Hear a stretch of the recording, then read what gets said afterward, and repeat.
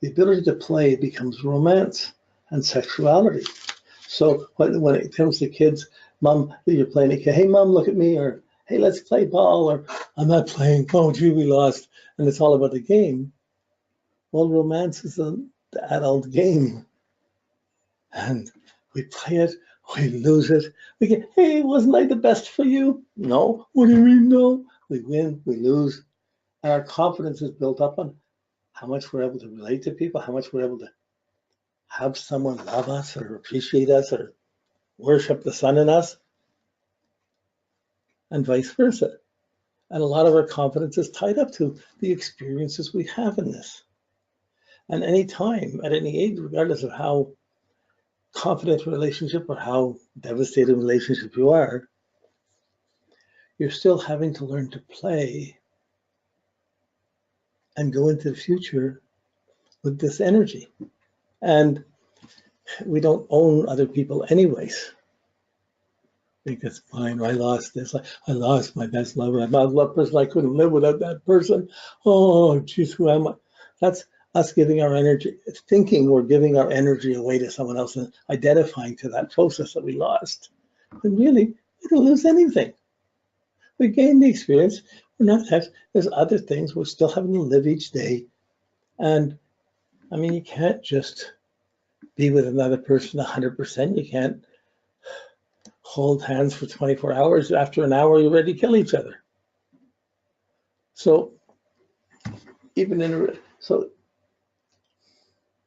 we try a lot of things that are games. We see other people doing, I'll try this, I'll try that. We're good at it, we're not good at it. We learn, we grow. And the things that test our ego, that test our confidence, that's the sense. So like, no matter what happens, I lost it. If someone bankrupt, the family died, someone died, oh my goodness, how my kid die, or whatever. How can there be a God that lets such things happen? These questions come up. But really, if you're still here, it's because you have something else to do. You're going somewhere else. You have another purpose you have to find, or you have to grow, move on in a greater purpose than you had. So it's not when someone dies, it's not like goodbye to you. It's like, thanks for the experiences. I had a lot of confidence from you. I shouldn't have to lose it. If it's real, I shouldn't have to lose it because you've gone another direction. I'll move on. Our light will join, is always together. So there's a spiritual aspect to the sun. It's your heart. It's your just ability to radiate unconditionally like the sun. It gives its energy out in 360 degrees unconditionally. The planets come up and grab some of the sun and take some of the sunlight, but that's not the choice of the sun. The sun just puts it out. The planets take it for different purposes.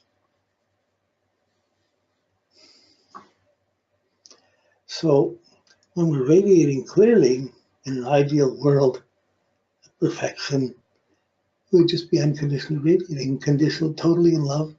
There it is. No past, no future. But, big but, the planets come in as we have all the planets around the system. They're taking the light, they're manifesting some of the sun's light and making things happen, and using that light and creating with it. But the light is burning from the sun. So it's unconditional supply. It's really a question of how strong is your heart beating? How much are you tapping it? How much of your solar energy are you using? How strong is your willpower burning? How bright?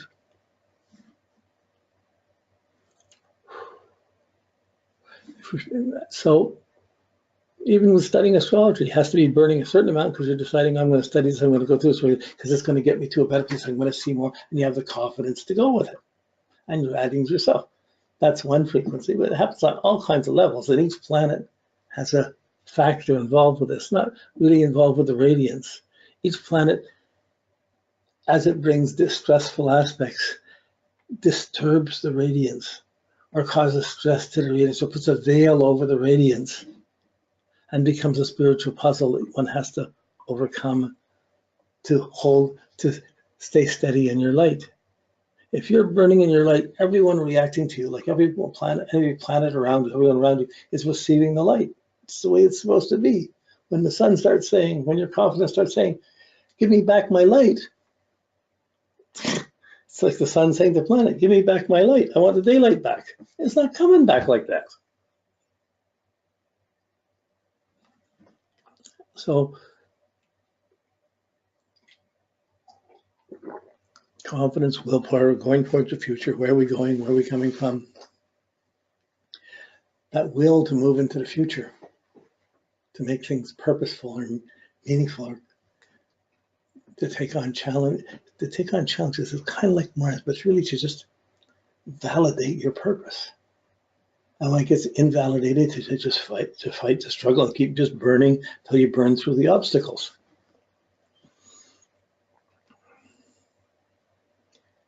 So it's simple looking at the ego and the sun sign and how I have to use the energy like this. I'm doing this, this is what I'm doing, this is what I'm not doing. It's easy to see that, blatant.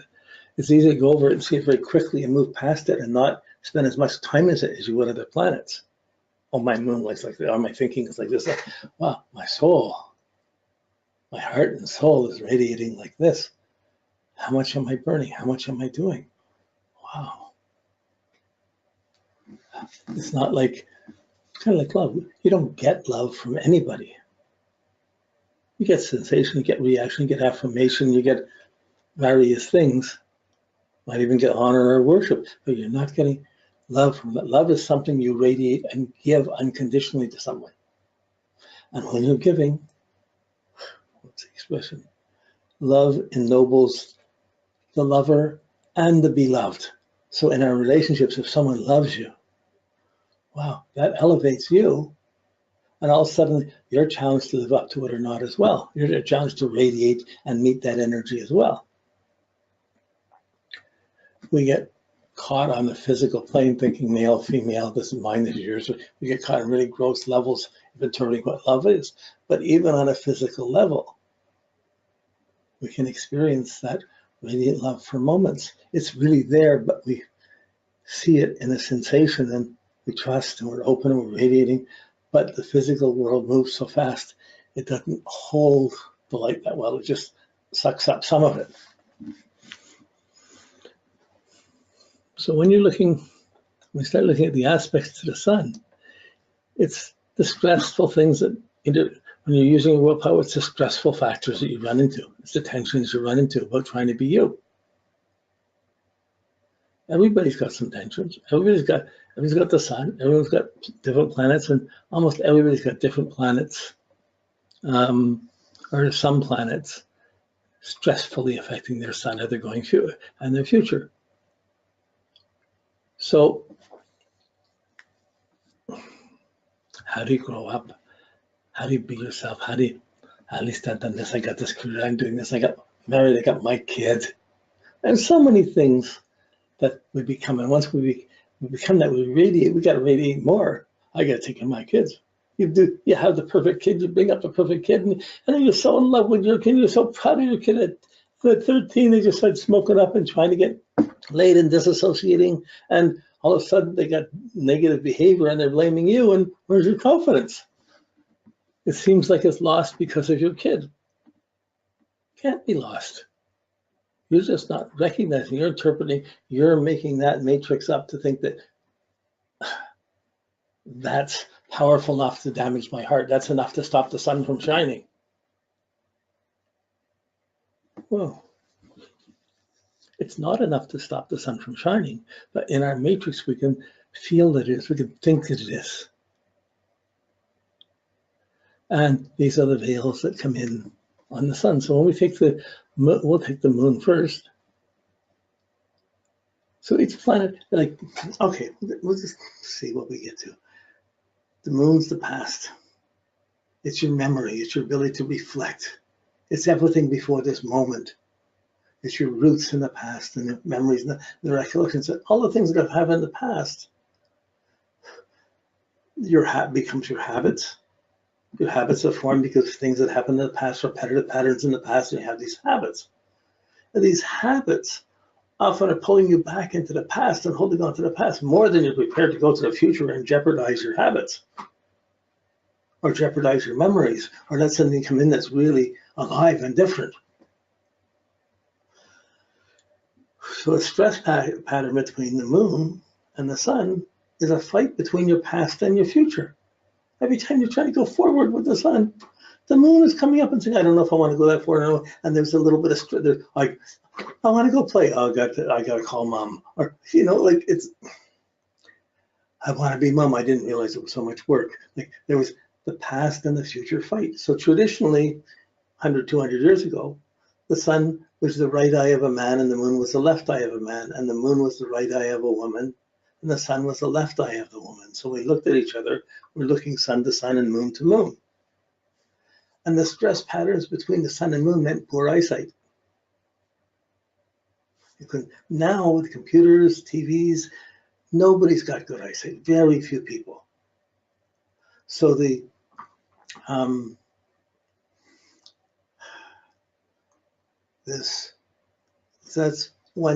a kind of gross way of looking at it, but just this factor between the past and the future. We're living here in the present right now.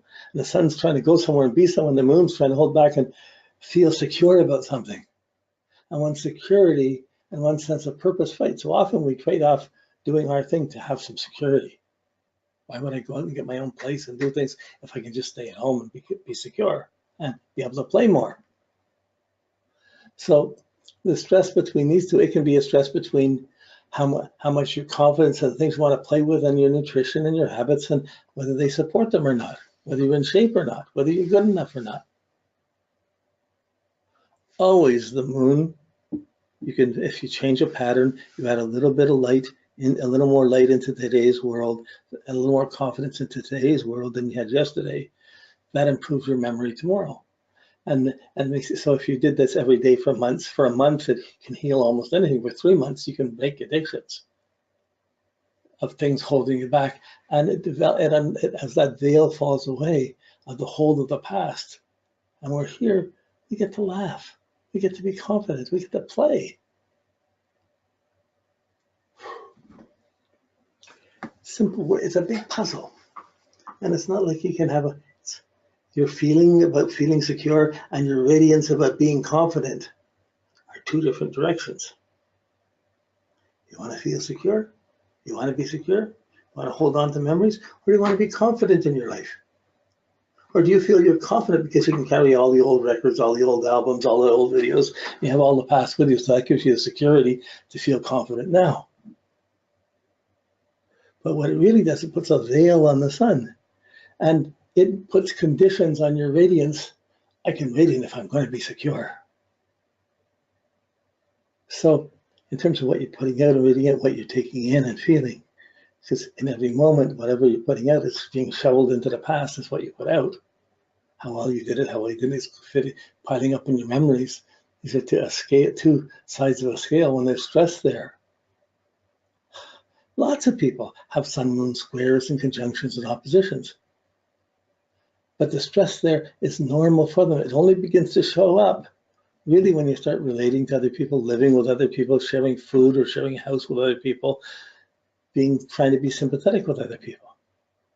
Some people just want to be sympathetic more than they want to be confident. Some people want to be confident more than they want to be sympathetic. So the stresses that come between these two, it's not a word thing, it's a feeling thing.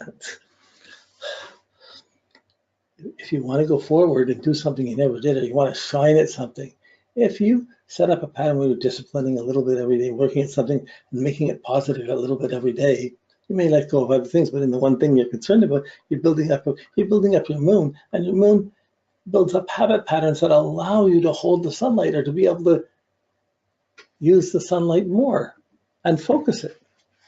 So the moon is usually trying to take the sun's energy, but the sun is its own energy. It's not attached to the moon, it's just shining. But our circumstances can be stressful for it. Our circumstances can be stressed out by this. We can have, our feelings can interfere with it.